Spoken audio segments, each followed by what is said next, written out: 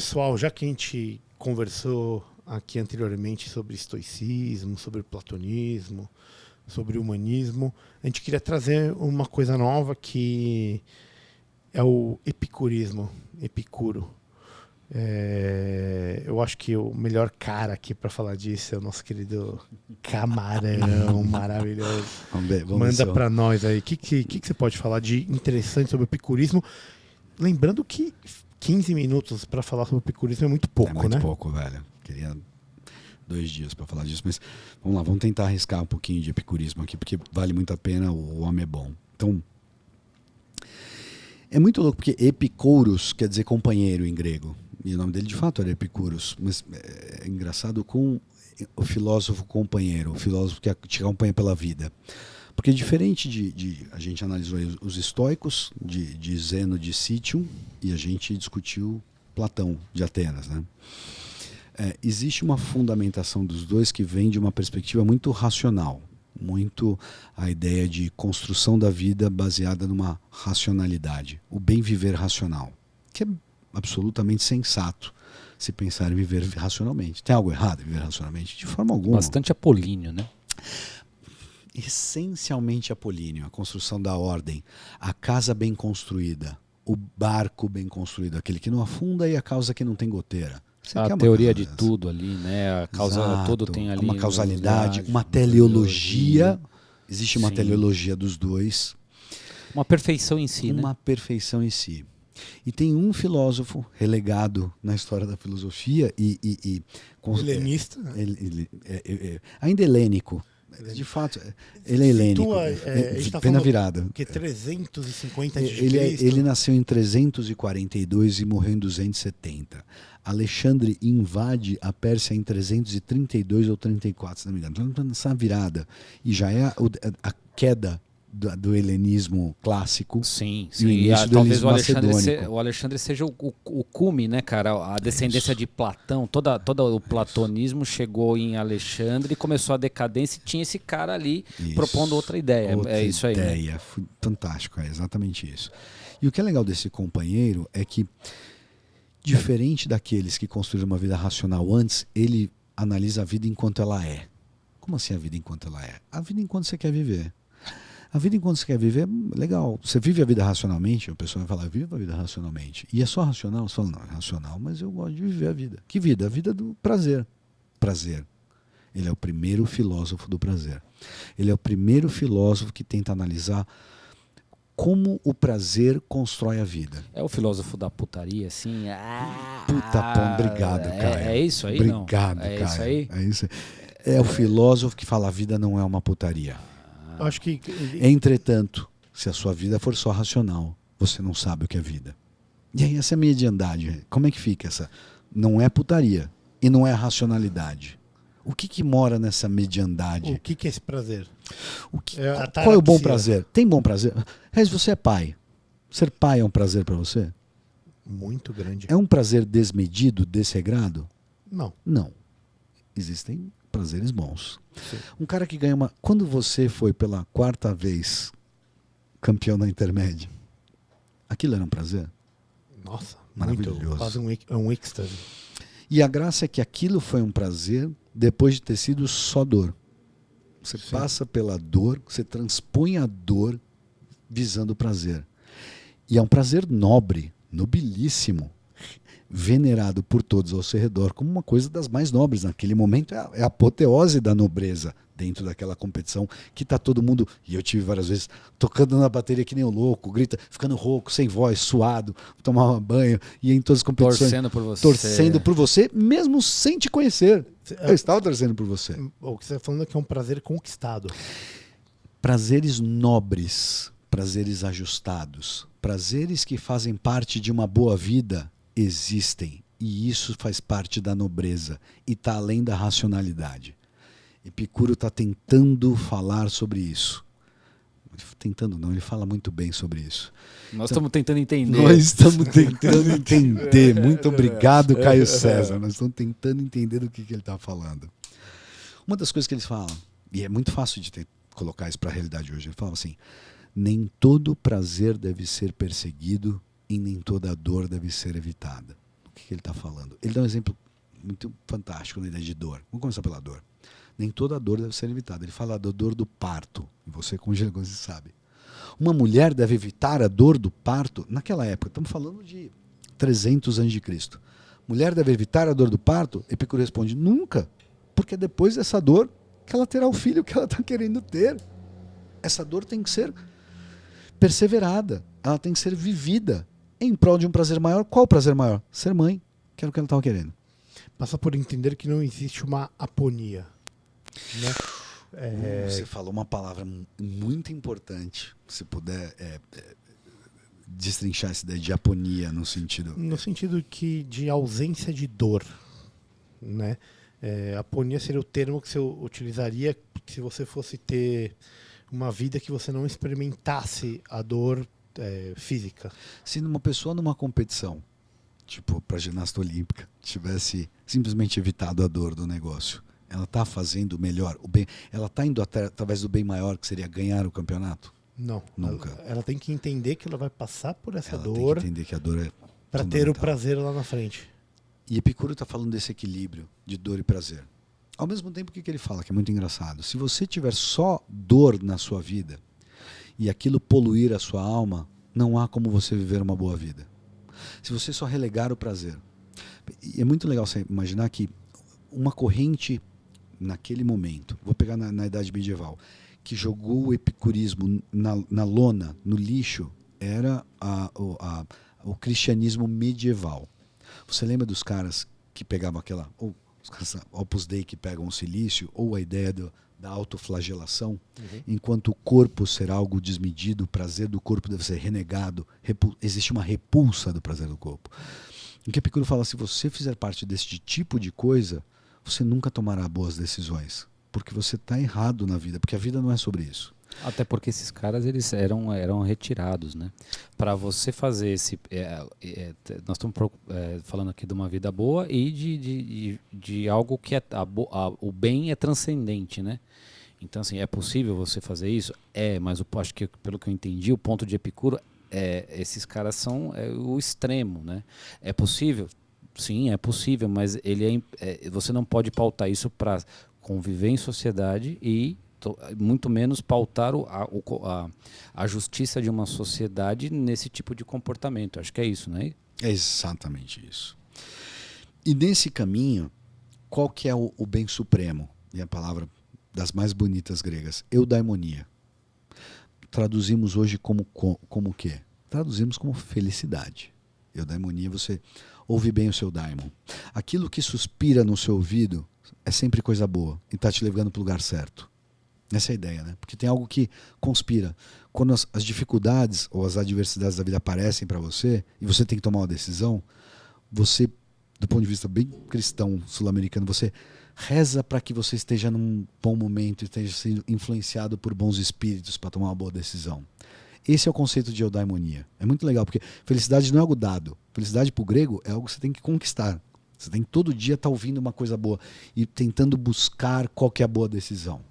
Não é felicidade enquanto, ganhei um presente, estou feliz. No julgamento de Sócrates, quando ele entra para ser julgado e tudo mais, e é condenado à morte, tá, tomar cicuta e tudo mais, ele fica preso, e o que acontece é que ele só pode executar a pena 3 meses, quando voltasse o navio para o qual Teseu partiu para Creta. E isso é uma história que a gente pode contar depois. Mas o fato é que ele ficou 3 meses até o transitado e julgado, né?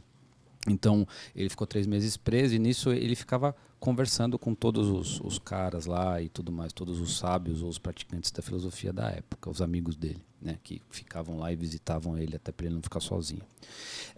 E aí é muito louco porque no julgamento é o primeiro livro e é o que fundamenta toda a leitura, né, platônica, que é o que o Marco está falando aqui. Ele na hora que ele fala o seguinte: quando eu entrei para ser julgado, eu sempre ouvi o meu daimon. Então, assim, como é que eu examinava a vida? A partir do meu daimon. E quando eu entrei no fórum, o meu daimon não me disse que era para não entrar. Logo, entrar lá é uma coisa boa. E aí, desta intelecção que ele teve, ele fala isso quando ele já está preso, já está condenado à morte, já tinha acabado de se despedir da sua mulher com um filho no colo. Né, vocês estavam falando de filho, então essa era a situação dele. Aí ele pediu para um amigo dele tirar a mulher da cela, aí ele soltou o grilhão e tal, e começou a falar disso. E ele tinha a morte diante de si, e o julgamento por qual ele ia entrar e a defesa que ele fez da vida dele foi completamente seguindo o daimon dele, que não falou para ele não fazer isso em qualquer momento. Então, assim, e isso fundamentou todo o Fédon, a República e toda a teoria platônica. Então, assim, o meu ponto, eu só fiz essa intervenção para justificar que eles, apesar de escolas completamente diferentes, eles estavam rivais no sentido de ideias, eles estavam falando exatamente desse equilíbrio, né, dessa mesma eudaimonia. Perfeito. O quanto essa eudaimonia não passa por uma ataraxia? O que ele fala, para você chegar na eudaimonia, no sentido de felicidade alcançada, no sentido de equilíbrio, maturidade, ele está falando de uma pessoa madura, uma pessoa que toma boas decisões. Aquela pessoa, quando você é criança, fala assim, como é que aquela pessoa está sempre feliz? E a vida dela dá certo? E ela consegue implementar os planos dela. É tão sensata. E ela é tão sensata. Então, a ideia de Epicuro é que, e aí ele se aproxima dos estoicos, existe uma ideia de ataraxia. E a melhor tradução que eu conheço de ataraxia para o português é a ideia de imperturbabilidade. Da alma. Da alma. Vão vir adversidades, vão vir sucessos. E aí a frase dele, que é fantástica, uma alma uma alma pequena, então alguém que não chegou nesse nível, é tornado arrogante no sucesso. Aquele chefe que a vida sobe na vida dele. E ele ganha uma sala e usa um terno, e aí, ele começa a pisar na cabeça das pessoas. Essa é uma alma pequena. Você não está imperturbável, você está indo ao sabor do vento. Você não consegue chegar na eudaimonia. O que ele está falando? Então, uma alma pequena é tornada arrogante no sucesso e miserável no fracasso. Eu perdi aquele jogo. Coitadinho de mim e tal. Né? Vitimista. Calma aí. Você perdeu, mas você tem a oportunidade de aprender com o que você perdeu e poder ganhar depois. É a mesma natureza, né? Só com o sinal. Eu nunca tinha parado para pensar nisso. É a mesma natureza com o sinal trocado, né? Esse cara filha da puta, aquele chefe, ou o estereótipo do chefe filha da puta que só leva vantagem, e o coitadista. Só a situação, né? Eles estão navegando ao sabor da mesma coisa. Se ele aguenta, ele pisa nos outros, né? Se ele não aguenta, ele põe a culpa, né, em posição fetal e vai chorar. E é engraçado, pegando essa onda fantástica que eu acabei de falar, tem uma coisa que se coloca, que essa tranquilidade da mente é a ideia, por exemplo, que as pessoas mais jovens hoje, que se suicidaram, por exemplo, nós passamos por existe uma epidemia de suicídio precoce, 15, 16, 17, 18 anos se suicidando. Uma mente imperturbável nunca passaria por isso. Entende? Sim. Existe um problema inerente. Inclusive, por exemplo, não seria assediada ou aliciada pelo Estado Islâmico.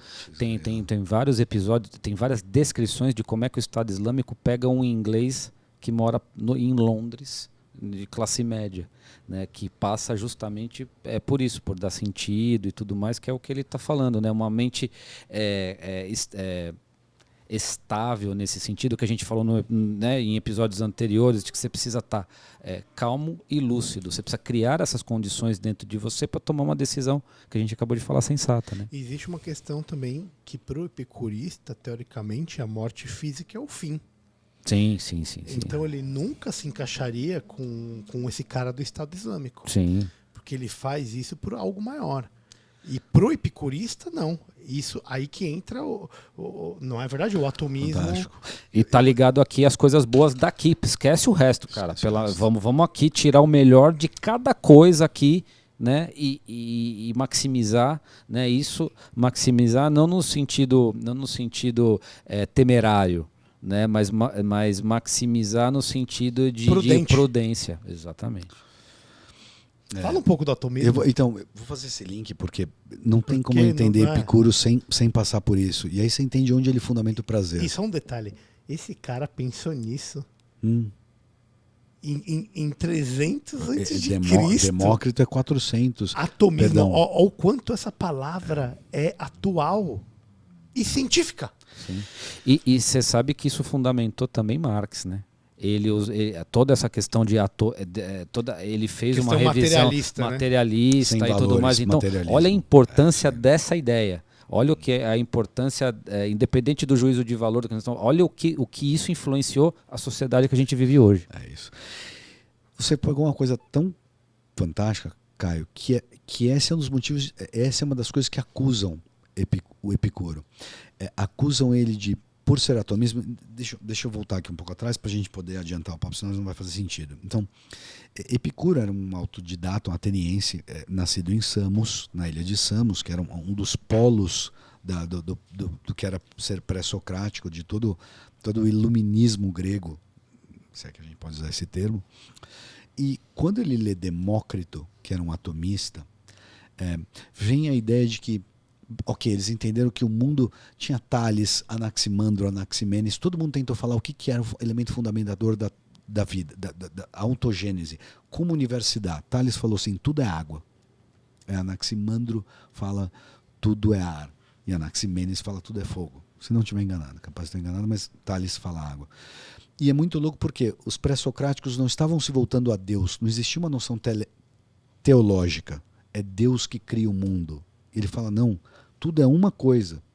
É uma noção tão moderna, mas tão contemporânea, que Demócrito é o único que vira para todo mundo e fala assim, não é isso, não é isso, não é aquilo. São pequeninas bolas, esferas, indivisíveis, chamadas átomos. Acabou, né? Não tem o que falar dos gregos, né? Que é isso? Sem nada, né? Então, baseado nessa ideia que são essas partículas ínfimas, indivisíveis, Demócrito falou assim, a fundamentação do mundo é uma ideia caótica. O mundo existe muito além dos deuses. Os deuses existem, mas eles não interagem com o nosso meio, porque o nosso meio existe uma coisa caótica. E se você pensar em química moderna ou física moderna, você se volta de uma forma muito científica a entender o mundo rigorosamente de uma forma caótica. A ciência explica o mundo de uma forma caótica. A ciência excluiu Deus da história e explica o mundo de uma forma caótica. Pequenas, ínfimas partículas indivisíveis. É assim que a gente conta o mundo hoje em dia. Que se encontram devido à sua trajetória. De uma forma randômica. Então, quando Epicuro constrói a vida na Terra, ele fala assim... Clinamen, né? Chama esse encontro dessas partículas. Dos encontros aleatórios. Então, quando ele fundamenta a ideia da vida na Terra, ele fala assim, nós temos 2 guias. Quais são esses 2 guias, Epicuro? A dor e o prazer. São os 2 guias que nos alimentam. É para isso que você vai. O Neymar virou jogador de futebol porque ele tinha prazer em jogar bola. A Frida Kahlo, prazer em pintar. Beethoven, prazer em tocar. E assim por diante. Você tem que seguir o seu prazer. Mas nem todo prazer e nem toda a extensão do prazer. Epicurismo não é hedonismo. O que é hedonismo? Hedonismo é você ver pelo prazer, só o prazer, todo prazer, a todo momento prazer. É o baladeiro de carreira, de plantão, que deixa todo o resto da vida dele em segundo plano. Isso não é epicurismo. E esse é o mau nome que epicurismo tem para o resto da vida na filosofia. O hedonista é o prazer pela alta preferência temporal. É o famoso porra louca. É o porra louca da vida alta louca. Preferência. Vida com K. louca. A alta preferência temporal num prazer. E o epicurista é o cara que ele vai olhar a longo prazo. Ele não vai se importar com aquele prazer momentâneo, carnal, e sexual quase. Se for o melhor naquele momento, sim, né? Mas não com um monte monte de vida. Você né? falou prazer carnal. Olha o que ele fala, muito obrigado. Olha o que ele fala sobre prazer carnal, prazer erótico. Boa. Eros. Olha o que ele fala. Os prazeres do amor, eros, prazer erótico. É disso que nós estamos falando. Os prazeres do amor nunca foram lucrativos para o homem. Tem sorte se não te causaram males. Para pra pensar. É baixa Quando você preferência pensa temporal. Só em Eros. É isso. Você está sendo guiado por outras coisas mais baixas. Posso E a gente fala Mas isso, ele coisas não tá falando baixas. em momento nenhum, não faça, ou isso é bom, ou não. Você tem sorte. Tome cuidado. Eu não tô negando. Posso Não traduzir? tô negando. É isso que ele é um filósofo da vida. Ele fala do prazer enquanto aquilo que de fato como a vida é. Ele é um realista. Traduzir E é por sem isso que ele é um tentar ser atomista. rude. Ele olha a vida de uma forma científica atual. Essa vida randômica. Cara, o cara que é casado e vê uma gatinha. É isso. Sem Ele tem você 60 anos, a gatinha tem 26. Isso. E ele é... E aquele momento talvez seja o prazer. Só que se o cara for hedonista, ele vai Só comprar vai aquele atrapalhar. momento do prazer como A qualquer sendo... custo, é o Dom Juan. A qualquer custo. E ele não vai falar assim, não, calma aí. O prazer não tá em eu pegar essa gatinha aqui, não. O prazer tá em eu segurar a onda, porque... Um bem maior, tem um bem bem maior. maior que, vai dar o real prazer pra ele, que é o prazer a longo prazo. E aí tem, juntando com a ideia que você tinha levantado agora há pouco, da ideia de ataraxia, imperturbabilidade. Esse homem nessa situação, esse cara rico, 65 anos, multimilionário, que passa aquela menina de 26 na frente dele, e ele entende o que ele sente e ele tem que ser imperturbável. Aquilo não pode perturbá-lo. Ele está num outro ritmo, ele está indo para além daquilo. Aquilo não faz parte da vida dele, embora ele entenda o que aquilo quer dizer. Epicuro está querendo criar uma certa ideia de mediandade do prazer. Prazer enquanto viver a vida. É tão sensato se discutir isso, e ele é o único que discutiu isso de forma clara, aberta. Só para situar, ele construiu um jardim. Ele voltou para Atenas, ele saiu de Samos, construiu um jardim de Epicuro, é um animal. Que não era no centro de Atenas, Que não era no centro de Atenas, ele era retirado. Né? E ele recebia, entre outras coisas, ele recebia mulheres para filosofar, o que para aquela época era um escândalo. Mulheres fazerem parte de um debate semipúblico, ainda que fechado. E ele recebia todo mundo, que ele falava assim, todo mundo pode ser iluminado, todo mundo pode viver uma boa vida. E ele era esse mestre guia no sentido de boa vida, ele é o seu companheiro para a sua vida. Curioso, não, Epicuros. É tipo o prazer na amizade, né? A amizade é uma temática talvez as maiores que Epicuro fala. Ele gasta muito tempo falando de amizade. E se você parar para pensar naquele... Estamos nós sendo epicuristas? Sempre. Aqui? Se não fôssemos, não estaremos juntos. E se você pensar em parar que aquela ideia de sucesso absoluto, o cara que ganhou na Mega Sena. Eu vou te falar o que um cara sem riquezas durante a sua infância, quando ele ganha na Mega Sena, e ele ganha milhões e milhões, sabe o que ele faz? Ele compra uma casa na praia ou no campo, enche de carne, a churrasqueira, enche de vinho, uma coisa, e faz o quê? Chama os amigos. Chama os amigos.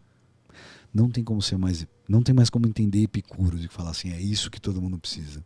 Filosofia da amizade. Não tem como ser mais epicurista. Então, todo mundo no sucesso, se tiver um sucesso bom, vai ser epicurista. Pelo menos brasileiros, vamos falar assim. Eu me identifico. Uma pitadinha todo mundo tem. Todo mundo Vale tem. bom, vale bom. Pessoal, vamos terminar esse por aqui. Boa noite, Caio. Boa noite, Camarão. Muito bom. Acho que bom. deu para envelopar o epicurismo aí, né? Dá para fazer um epicurismo, tem material para fazer um epicurismo 2. Faremos Depois na a gente próxima. faz o 2. Valeu. Fio de Ariadne, sigam-nos. Isso aí, Valeu. siga-nos. Falou.